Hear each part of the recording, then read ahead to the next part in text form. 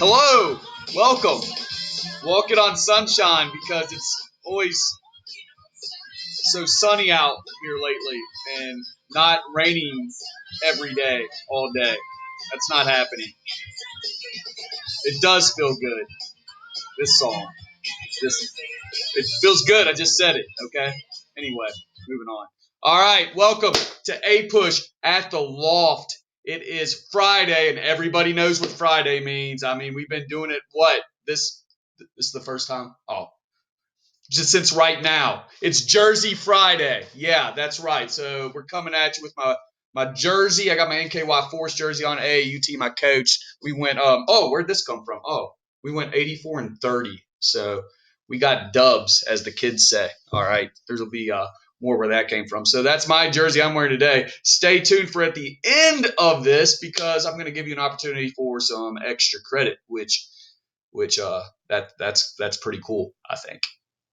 It is. It's cool. But anyway, so what you see before you there is the chapter 36 section by section. That's going to be the basis of your assignment today. We're looking at the Cold War begins, all right, with the deterioration of the relationship between the United States and the Soviet Union. I'm not having you do all of this. I'm going to tell you exactly where I want you to stop here in a second. But first, what I did promise you was we would take a look at D-Day and the actual broadcast, the moment on June 6, 1944, the United States and its citizens knew, as they were gathered around the radio, that the invasion of Western Europe, the invasion of France, had begun.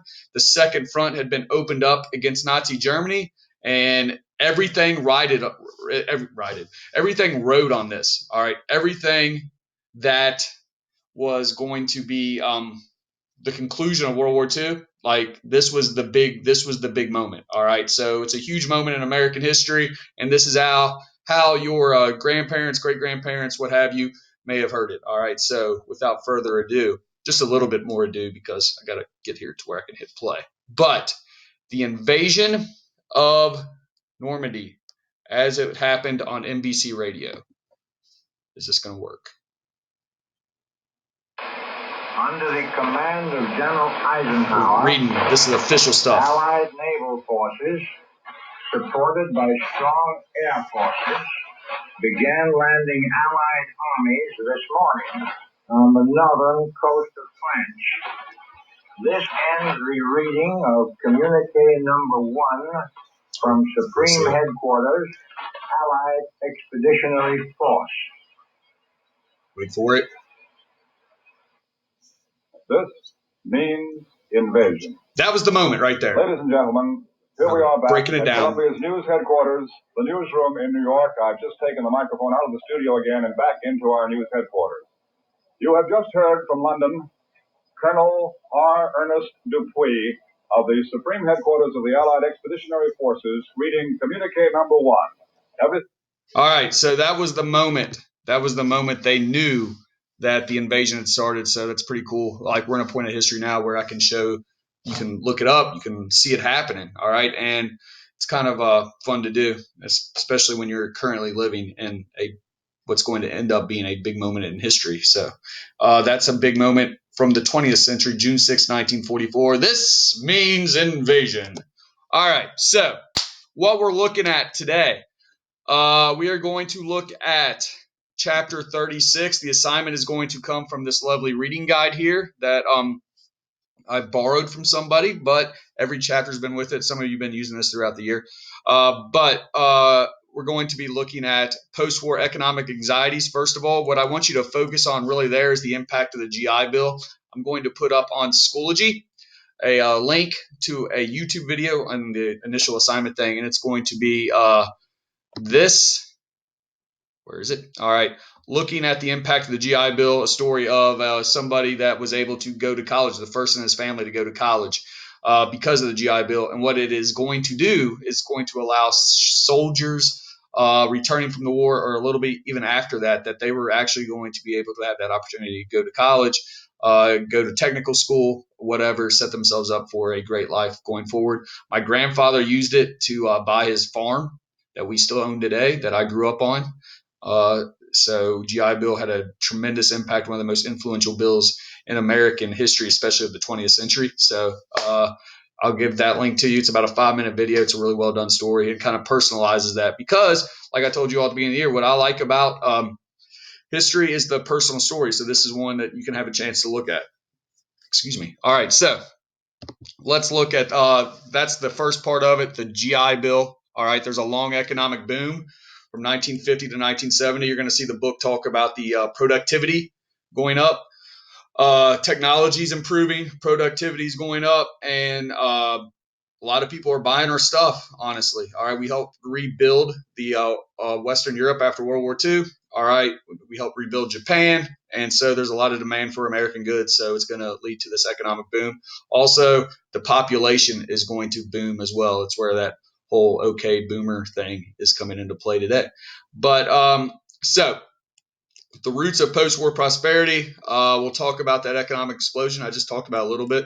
The smiling Sun Belt, the Sun Belt states. So we've talked about through this whole class, we've talked about everybody's always moving north to the industry. All right, moving north to the cities or moving west. Well, this time they're moving south. All right, they're still moving west a little bit though. But the Sun Belt states, people are going to move to Florida. People are going to move to Georgia. Atlanta is going to explode in population. Silicon Valley, people are going to start moving out there. Texas is going to grow.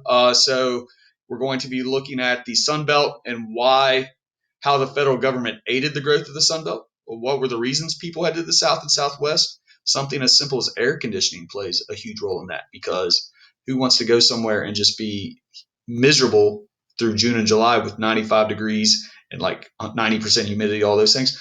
Air conditioning is going to play a small role in that too. All right. Then you have another migration that takes place that impacts where a lot of us live today, the rush to the suburbs. All right. So we've got these suburbs being built outside the big cities. One of the most influential in the New England area, or Northeast, not really New England, Northeast, Levittown was built, Levittowns. The guy's name, the builder's name was Levitt, and they looked a little something like this. Uh-oh. That's what I get for pulling up Wikipedia. All right, here we go. So everybody's seen these communities like this. All right, you may live in a community like this where all the homes kind of look the same. They would build one home a day. All right, they had 27 set things they would do. All right, these 27 steps, you get done with those 27 steps, boom, you're on to the next one. All right, so it was mass production of housing, and all the houses pretty much look the same.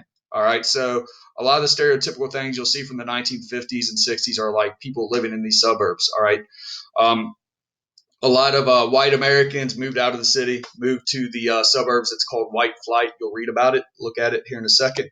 Also, with the Levittowns, here's what they looked more close up. This is out of Levittown, New York, I believe.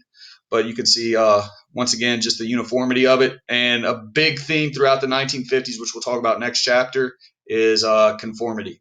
All right. And conformity starts right here with these Levittowns. All right. So that is the growth of the suburbs that took place throughout the country. All right, that's the book. That's not what I want. All right, so this is what I want. And then you got the post-war baby boom. We alluded to it last week in class. After World War II, you got a generation that's returning home. They're ready to have families. All right, there's a huge baby boom. My parents would actually be considered baby boomers.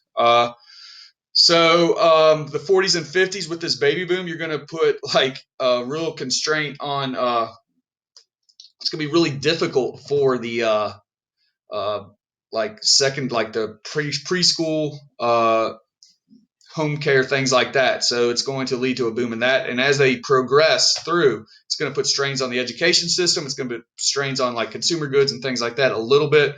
But the baby boomers are going to really have an impact with each decade that they're in. So it's going to ask you to like summarize that. And now with Social Security, a lot of them are retiring. I know my dad just retired. My mom's been retired for a few years. Like getting into Social Security, is there going to be enough to sustain that? And now you got this situation where with the coronavirus, I mean, they're the group that's most directly impacted according to the studies as of this time. So baby boomers during this time, extremely influential. They're going to be your generation. Your males are going to be like during the civil rights movement. They're going to be influential. Vietnam War, all those things. So it's a very influential generation. All right. And where I'm going to have you stop is right there, the post-war baby boom. So I'm not asking for a whole lot from you today.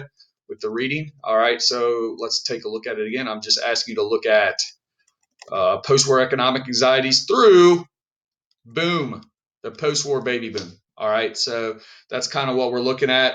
Fill that out, turn that into me, submit that to me. We'll be good.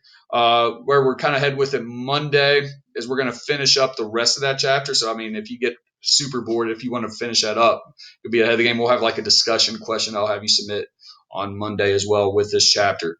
All right, and Monday we're going to focus more on like the deterioration of the relationship between the Soviet Union and the United States and the birth of the Cold War. A bunch of proxy wars are going to take place. We're going to look at the Korean War, North and South Korea, which is impacted news today. Chinese Revolution, which the issues with China, which, I mean, that's been in the news lately too. So everything we're looking at today, we're the part of history where everything, like the world you're living in today, is impacted by these events, especially in the post-World War. All right, so that's that. I want to thank you guys that got everything submitted for class from yesterday's NTI lesson. It's a great job. Some of you text me on the Google Voice with questions. More than happy to answer those. Schoology messaged me, so that was great. So hopefully it continues to you all continue to put in quality work. I appreciate your all's time. You all rock. That's why I want to get back in school as quick as possible because I really enjoyed my classes this year, which I generally do every year, but this year it's been awesome. So hopefully I can see you guys soon. But anyway, now enough talking. I told you, everybody knows Fridays means Jersey Fridays. I'm wearing my NKY Force jersey. I got something for you next Friday too. But if you take a picture and either tweet it at me at Brent Souter, send it to me on Schoology or whatever and you're in a jersey or you're I don't know, in Campbell, if you don't have a jersey or whatever, you don't sport, which I get, you can do a Campbell County gear, something that shows your Camel pride or whatever. If you have your A-push work where you're working on your A-push and you got a jersey or Camel gear, some sort, there will be bonus points in it for you, all right, because that's something I think it'd be pretty cool to do, see what kind of jerseys we get. I know somebody's going to do a Duke jersey. You know who I'm talking about. You know, somebody's going to do a Duke jersey, but that's okay. I'll live with that. I know a Louisville jersey is going to be coming at me too. Maybe I shouldn't do this. No, we're going to do it. All right. So Jersey Friday. It's a thing. I'm making it a thing. It's a thing as of now. All right.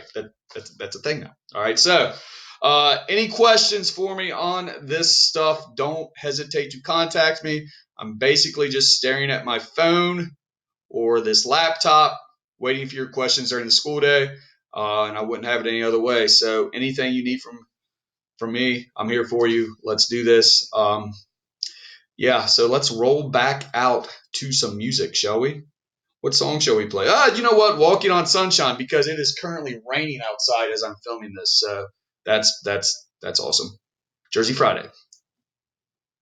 Oh yeah, there we go. Have a great weekend, everybody. See ya. Wait, no, hold up. Let me do that again.